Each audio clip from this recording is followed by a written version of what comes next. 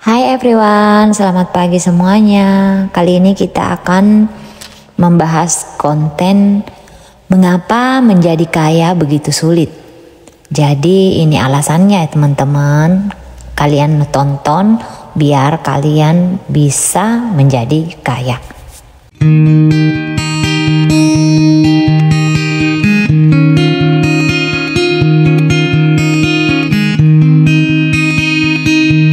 Anyway teman-teman, sebelum aku lanjutkan videonya, alangkah baiknya kalian subscribe ya videonya dan jangan lupa di like, share, dan komen. Anyway teman-teman, hidup kaya raya bergelimang harta seakan menjadi cita-cita dan tujuan hidup semua orang.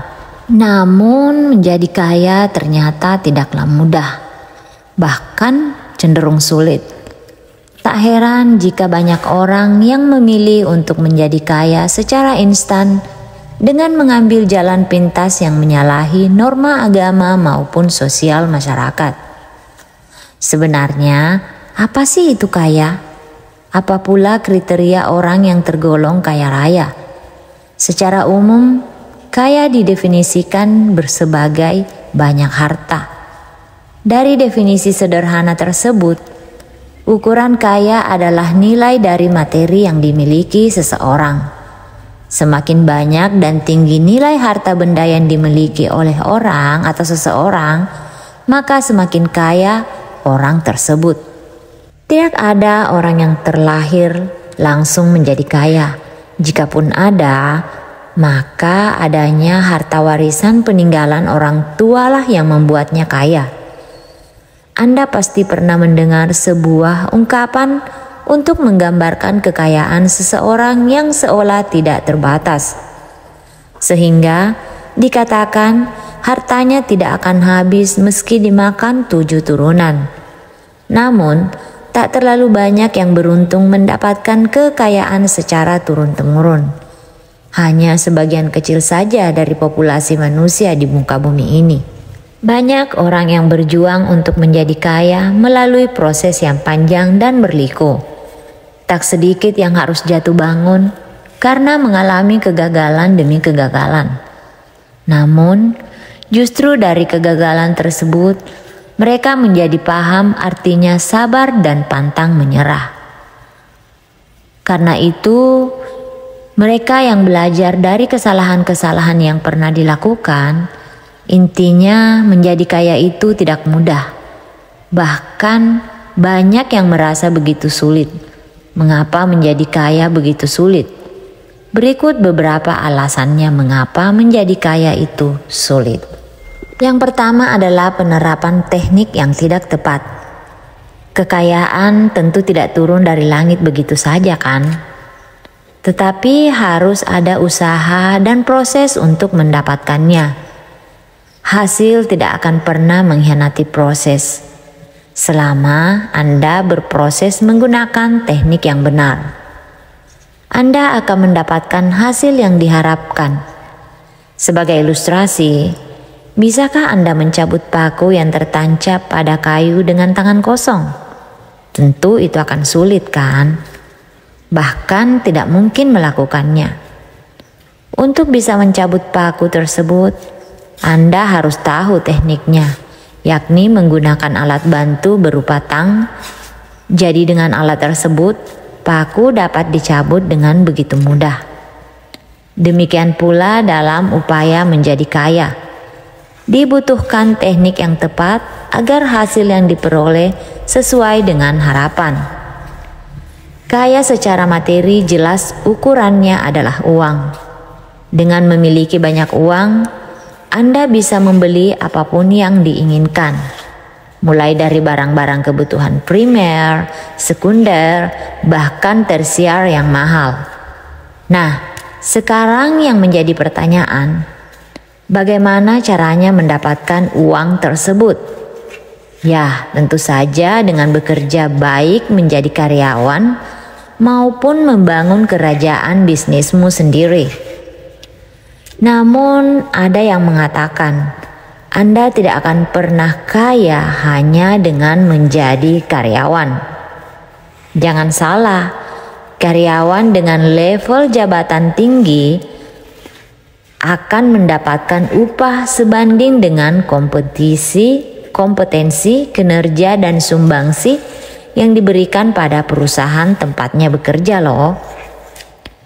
Memang membangun bisnis sendiri, berjuang merintisnya mulai dari kecil dan terus berproses hingga menjadi kerajaan, memberikan hasil yang lebih menggiurkan. Tetapi usaha yang dibutuhkan juga harus besar kan? Yang kedua, banyaknya pesaing mempersempit peluang usaha. Ketika seseorang bereksperimen dan mampu menciptakan suatu produk atau jasa yang baru yang memiliki manfaat, pastinya akan banyak dicari oleh pasar. Sebagai produsen tunggal, jelas akan mudah menguasai pangsa pasar. Artinya pundi-pundi uang sang produsen pun semakin bertambah dengan total aset yang cukup menggembirakan. Sayangnya kesuksesan suatu produk atau jasa di pasaran justru melahirkan produsen siluman yang mencoba ikut bermain bahkan merebut pasar. Banyak orang yang akan berlomba-lomba menjadi produsen dari produk atau jasa tersebut untuk mencoba peruntungan bisnisnya. Adanya produk lain yang sejenis akan memberikan alternatif lebih banyak bagi konsumen untuk memilih dan beralih. Apalagi jika produk dari pesaing lebih murah dengan kualitas yang hampir sama dengan produk pionirnya. Maka kondisi ini akan menunjukkan bahwa jumlah pesaing semakin banyak dan persaingan semakin ketat. Dengan banyaknya pemain, tentu terpengaruh pada space peluang untuk merebut pasar yang sudah semakin sempit. Peluang yang semakin sempit menyebabkan tingkat permintaan terhadap produk berkurang. Jika tingkat permintaan berkurang, tentu saja berakibat pada tingkat pendapatan yang berkurang pula kan? Berikutnya yang ketiga, kurang bersabar dan mudah menyerah. Tahukah Anda bahwa Bill Gates telah mengalami banyak kegagalan sebelum menjadi kaya raya seperti sekarang ini? Meski sering jatuh bangun, namun Bill Gates tergolong sebagai orang yang tangguh yang tak mudah menyerah. Ia terus berusaha hingga produknya dapat dinikmati dan mempermudah pekerjaan semua orang di berbagai belahan dunia ini, yaitu Microsoft. Ketelatenan dan keseriusan serta usaha yang dilakukan selama bertahun-tahun membuahkan hasil berupa produk yang bermanfaat bagi semua kalangan. Kenyataannya, tidak semua orang bersabar dan setangguh Bill Gates kan? Juga orang-orang sukses dan kaya lainnya.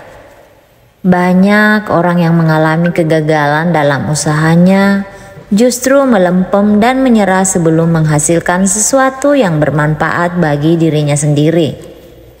Ketidaksabaran dan mudah menyerah ini tanpa disadari justru menutup pintu menuju kesuksesan yang mengarah pada kejayaan materi. Logikanya, orang yang kreatif tetapi mudah menyerah cenderung akan kalah, meski memiliki potensi kecerdasan yang gemilang. Tetapi tidak didukung dengan mental dan motivasi diri yang kuat, mustahil akan mencapai kesuksesan, apalagi menjadi kaya. Ia akan sulit untuk bangkit saat mengalami kegagalan, bahkan keterpurukan.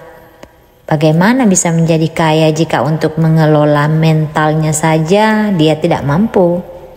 Yang keempat atau yang terakhir adalah beban biaya yang terlalu banyak. Siapapun Anda tentu memiliki beban pengeluaran setidaknya untuk biaya hidup pribadi sehari-hari. Belum lagi jika Anda karyawan yang telah berkeluarga. tentu biaya hidup yang dikeluarkan semakin tinggi, bukan?